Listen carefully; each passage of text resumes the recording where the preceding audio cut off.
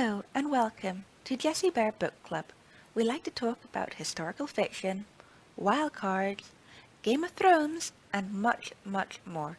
Remember to like, comment, and subscribe to this channel. Today I want to talk about Wild Cards 10, Double Solitaire. This book, unlike the other wildcard books, is completely written by Melinda M. Snodgrass and edited by George R.R. Martin. It is also the first wildcard book to be set on Takis, and it follows directly on from the lovers' storyline in Wild Cards 9, Jokertown Shuffle. I was really excited to finally get to see Takis. They are like a medieval society with superpowers and technology, and I absolutely adore learning about them. I have wanted to learn more about them ever since first meeting Dr. Tachyon. Their architecture is described beautifully, and I imagine it to be a mix between the Emerald City from A Wizard of Oz, Arrakeen from Dune, and 19th century Moscow. Thank God, though, there is a glossary at the back of the book, because trying to learn all the new Takisian words was very difficult. I was also relieved that Tachyon finally found out Jube worked for the network, as I had been wondering about that for quite some while. Tachyon in this book, though, is just kind of there, and events happen around him, and he reacts to them. And he doesn't take charge until near the end of the book. Perhaps that is subconscious on some level because he is in a female body, and he is pregnant.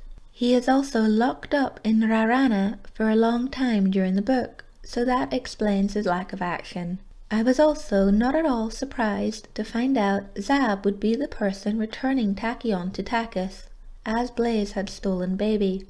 I never believed for one moment that somebody as interesting as Zab would only appear as a one-off.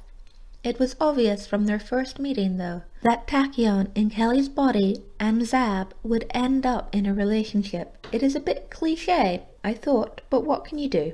You need a bit of cliché every now and again. Also, Zab is pretty damn sexy in a weird Targaryen sort of way. I was also very happy to find out that Mark Meadows and Jay Aykroyd were the two people accompanying Tachyon back to his home planet, as they are two of my favourite characters in the Wildcard series. They were also very good because they gave a human context to what they were seeing on Takis, which of course Tachyon could not do. Mark Meadows, of course, thought everything was pretty damn groovy on Takis.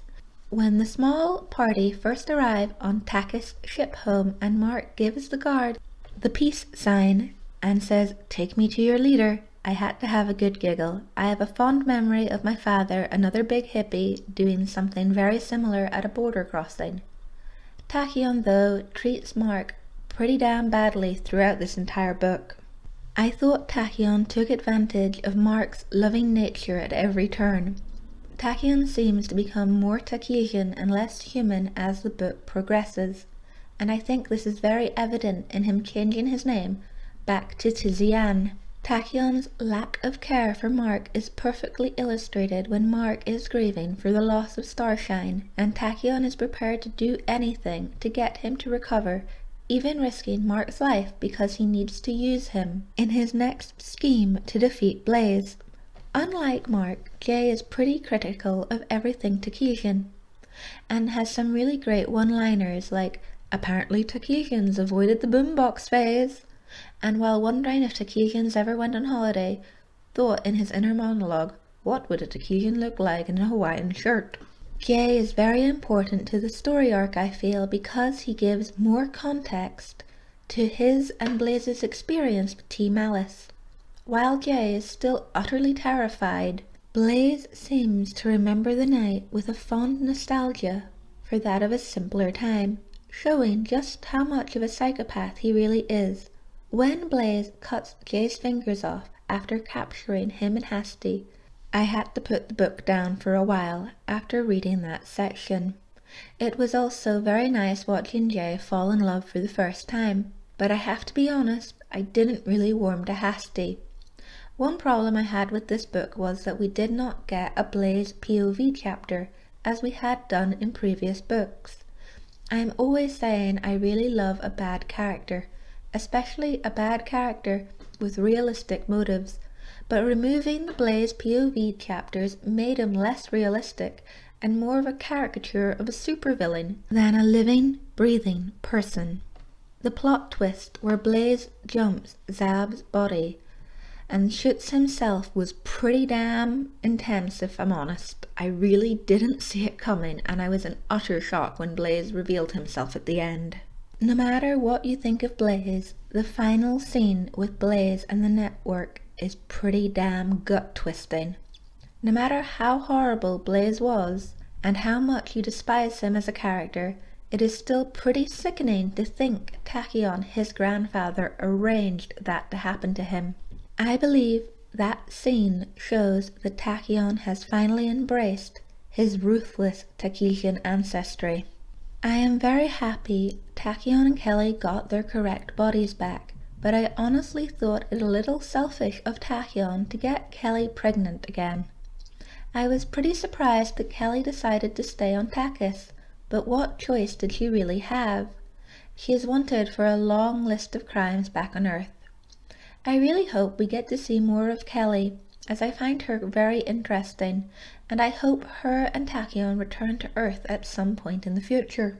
Getting back to Blaze, however, Kelly and Durg both give accounts of Blaze's behaviour when you get their POV chapters, but I don't think you get enough of them, and I would have given up all of the Durg chapters to get more Kelly chapters if I'm honest. I find Durg pretty dull, but what else can you expect from a Morath? His death scene though in the arms of Moonchild was very sad, and he finally realised what he had done wrong bringing Blaze to Takis, but that doesn't really make up for the genocide Blaze has inflicted upon the planet, does it?